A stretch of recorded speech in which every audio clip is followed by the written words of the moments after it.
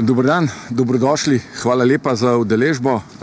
Bom zelo kratek uvodoma. V čast nam je za ta današnji obisk. Menim, da tudi take akcije seveda doprinesejo k podpori cepljenju. Želimo si seveda čim več, da bi čim več ljudi prišlo se cepiti. Ena na hitro beseda o nočnem cepljenju. UKC Ljubljana včeraj po noči 68 cepljenj, danes po noči 63. Več bo minister, ne bi več zavlačeval. Hvala lepa še enkrat, pa predajam besedo ministru. Hvala. Hvala, direktor, za te uvodne besede. Lepo pozdravljeni vsi skupaj, še posebej pa pozdravljen gospod predsednik Borut Pahor. Morda se najprej dotaknem včerajšnje zasedenosti slovenskih bolnišnic. Tako je bilo včeraj zasedenih 205 postelj v enotah intenzivne terapije v Sloveniji in od tega je bilo 85% hospitaliziranih v enotah intenzivne terapije necepljenih.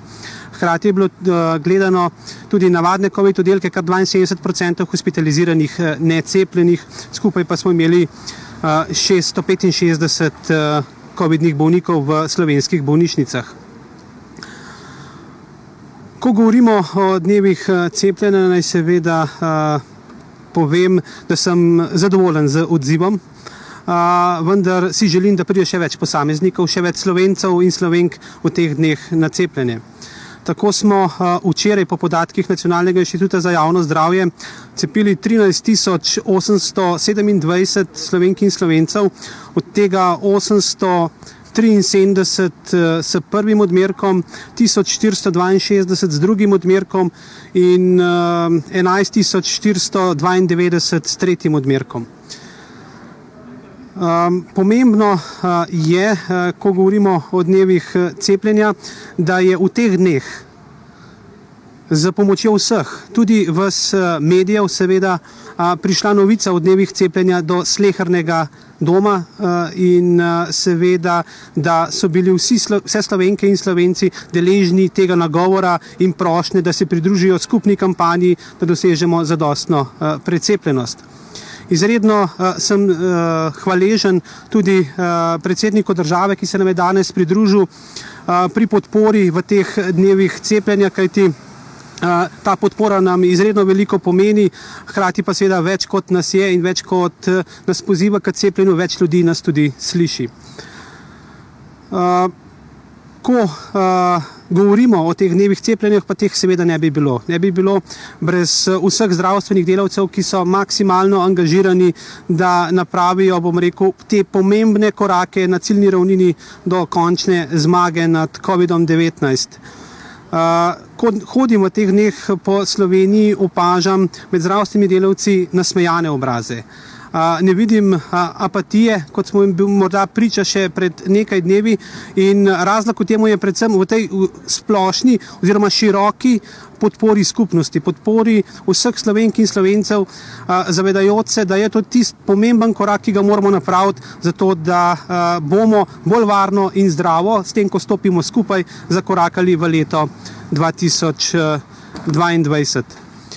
Seveda pa gre zahvala tudi vsem lokalnim skupnostim. Tukaj moram to izpostaviti, kajti osnoven in tisti glaven angažma je bil v okviru lokalnih skupnosti in te so se več kot odlično odzvale, hkrati pa tudi vsi ostali, civilna zaščita, Rdeči križ, društva, nevladne organizacije, verske skupnosti, tako da res vsem, ki v teh dneh prispevate za to, da dosežemo boljšo precepljenost, iskrena hvala.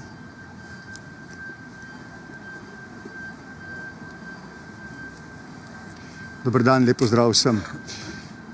Rad bi izrekel dve zahvali in eno prošnjo. Najprej bi se rad iskreno zahvalil vsem, ki ste se že cepili. Rad bi se zahvalil vsem, ki skrbijo za to, da bi se vas precepilo čim več.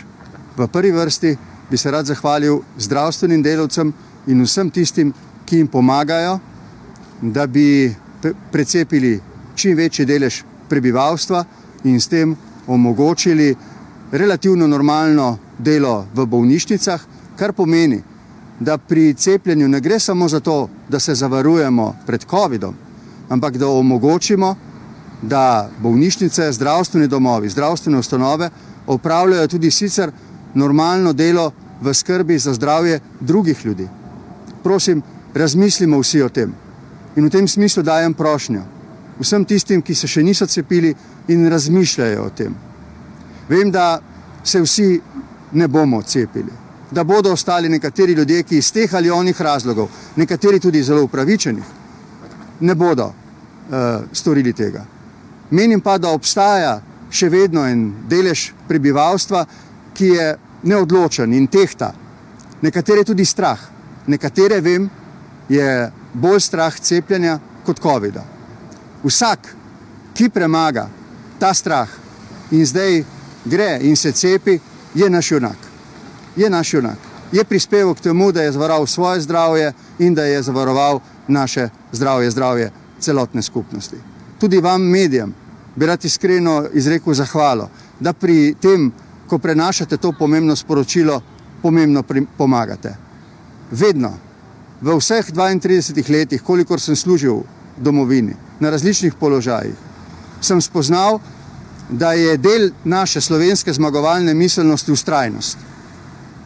Pri nekaterih stvareh, ki so občutljive, delikatne, ljudje potrebujemo občutek, da se zares vztrajno trudimo za uspeh. Dajmo občudovati tiste, ki se zares vztrajno trudijo, da bi tudi tiste, ki imate še vedno dvome, prepričali, da je cepljenje prava smer, pravi način, da premagamo to hudo bolezen, se vrnemo v normalno življenje. Ne bo to neka spodbuda, navdih za prehod v novo leto. Naj se prihodnje leto ta huda zdravstvena kriza, ki nam je vzela skoraj 2 leti normalnega življenja, konča.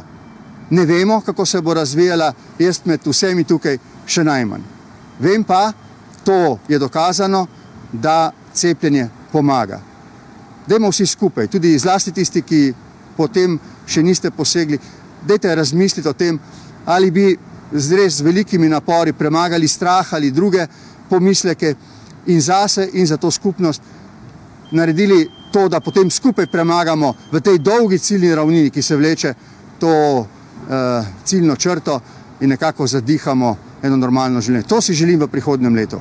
V prihodnjem letu si želim, da bi skupaj premagali to bolezen in da bi imeli občutek enega navdušenja, da smo skupaj, ko smo bodrili eden drugega v najtežjih časih, ko smo najmanj zaupali morda v vse okoliščine, uspeli premagati to zahrbtno bolezen. Hvala lepa za vašo pozornost. Kakšno vprašanje? Mogoče kar se tiče omikrona in splošne epidemiološke situacije, so nas seznanili z zadnjimi številkami. Omikron je praktično že v vseh regijah in med drugim je epidemiolog Kangler izpostavil, da se predlaga karanteno tudi za cepljene, za znolim cepljenjem, ki so bili v stiku z rizično osebo. Boste temu sledili glede na vse trenutne podatke, kar se tiče omikrona in situacije? Ja, hvala za to vprašanje. Res je v teh dneh situacija težka. To pa zato, ker je omikron udaril po 21 mesecih epidemije, ko je, bom rekel, povsem v družbi prisotna in jasna ta pandemična izčrpanost in zato obstaja, bom rekel, neko relativno tveganje, da popustimo pri izvajanju ukrepov in še manj, da bi bili seveda oklevali pri eventualnem sprejemanju novih potrebnih ukrepov. En od takih ukrepov je prav gotovo ustrezno izvajanje in pa se pravi dogovarjanje, kar se tiče karantene. In seveda epidemiologi so včeraj predlagali, da bi glede na to, da se omikron vse hitreje širi in da imamo do danes 19 potrjenih primerov in 29 sumov, seveda predvidevamo pa, da bo zelo hitro, saj glede na ostale države, začel vsak dan bolj intenziven pohod po Sloveniji, spremenimo pristop do karanten, kajti zelo v kratkem, preden bomo dobili ustrezne rezultate, kar nekaj časa, seveda, ker ne izveš tega v trenutku, ne bomo vedeli, kdo je bil v stiku z omikronom in kdo ne. Tako da epidemiologi predlagajo, da se v karanteno uvrsti tudi vse cepljenje oziroma se ne uvrsti samo tistih, ki so dobili tudi poživitven odmerek. Tako da tudi o tem predlogu epidemiologov bomo danes in pa jutri razpravljali tako v okviru stroke kot tudi vlade in verjamem, da sprejemali nadaljne odločitve. Bo potem že jutri seja vlade, če vas prav razumemo, kjer se bo pač sprejela ta odločitev glede ukrepov, kakšna je zdaj ta časovnica, to zdaj vsi pričakujejo, da se lahko pripravijo na te prihajajoče praznike? Zaenkrat je predvidena seja vlade, kolikor vem, za četrtek, tako da do četrtka bomo probali glede na priporočila stroke pripraviti ustrezne podlage, da seveda vlada lahko o tem razpravlja in tudi sprejema odločitve. Je praktično božični večer, zabave so v razmaku, se vam ne zdi, da se nekoliko mudi z ukrepi glede na trenutno stanje, ne vem, bodo lokali še naprej odprti, bodo restovanja dovoljena, kakšno smer grejo tudi razmišljati? Tisto, kar je seveda pomembno, je, da morda podam, ne glede na, bom rekel, končna priporočila in zaključke, ki jih bo podala stroka in seveda potrdila vlada, da podam nekaj svojih priporočil oziroma iztočnic, kar se tiče bližajočih se novoletnih praznikov. In sicer tisto, kar predlagam, je seveda, da se čim bolj držimo mehurčkov. Ja. Morda se malo tukaj pošalim, kljub vsej težki situaciji, pa zaželim vsem, da so to naši mehurčkasti prazniki. Se pravi, moje priporočilo gre, da se čim bolj družimo znotraj vojnic teh mehurčkov, da spoštujemo in izvajamo priporočene ukrepe stroke in tisto, kar se je izkazalo v zadnjem obdobju kot pomembno, da se tudi sami čim večkrat samotestiramo in na ta način čim prej prepoznamo eventualno okužbo in verigo okužb čim prej prekinemo. S tem, da se seveda potem javimo na PCR testiranje, kjer dobimo nadaljnja navodila v primeru, se pravi, pozitivnega rezultata za samoizolacijo oziroma če vemo, da smo bili kje v visokorizičnem kontaktu za karanteno. Kaj pa prepoved javnih silvestrovanja? Strokovna skupina namreč predlaga to prepoved. Boste to podprli? Seveda vse, kar strokovna skupina predlaga v teh dneh, bomo danes in pa jutri pregovarjali tako skupaj s strokovno skupino in predstavniki vlade, kot tudi na koncu v okviru vlade in seveda z vidika zagotavljanja zdravja in pa varnosti vseh državljanov seveda se trudili, da sprejmemo čim bolj sprejemljive ukrepe, kajti dejstvo je še enkrat, da je za nami 21 mesecev, da smo vsi izčrpani in naveličani, pa vendar ta trenutek ne smemo popustiti v tem, da seveda teh ukrepov ne bi izvali ali pa da bi nas bilo strah iz kakršnega koli razloga dodaten ukrep sprejeti, če vemo, da je seveda ta trenutek potreben. Ne nazadnje lahko gledamo sosednje države, Nizozemsko, Anglijo, Avstrijo in tudi ostale, ki se pravi, države se zapirajo, odpovedana so ognjemet v Parizu in tako naprej, tako da opozorila so jasna, tako strani stroke, kot tudi če opazujemo ostale države, kako se pripravljajo na soočanje z omikronom in z njegovim viharjem in v podobno smer bo prav gotovo šla tudi Slovenija. Hvala. Samo še eno vprašanje, ko se cepiva Novavax. Včeraj komisija ga je potrdila, me samo zanima, kdaj ga lahko v Sloveniji pričakujemo v kakšnem primeru.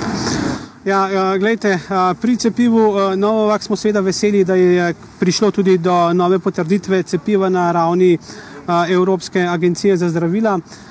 Dejstvo je, da Slovenija je naročila cepivo, da ima ta trenutek proizvajalec nekaj težav za samo distribucijo po informacijah, ki jih imam, tako da takoj, ko bo to možno, bo tudi v Sloveniji. Seveda si pa želim, glede na to, da je bilo cepivo razvijeno približno takrat kot tudi osnovna cepiva, da bo ohranil in imel kakršnokoli zaščito tudi proti novim variantam, virusa, kar pa seveda menim ali pa se bojim, da še ni povsem preverjeno in testirano. Tako da bomo videli v naslednjih mesecih, kako in kaj z tem cepivom.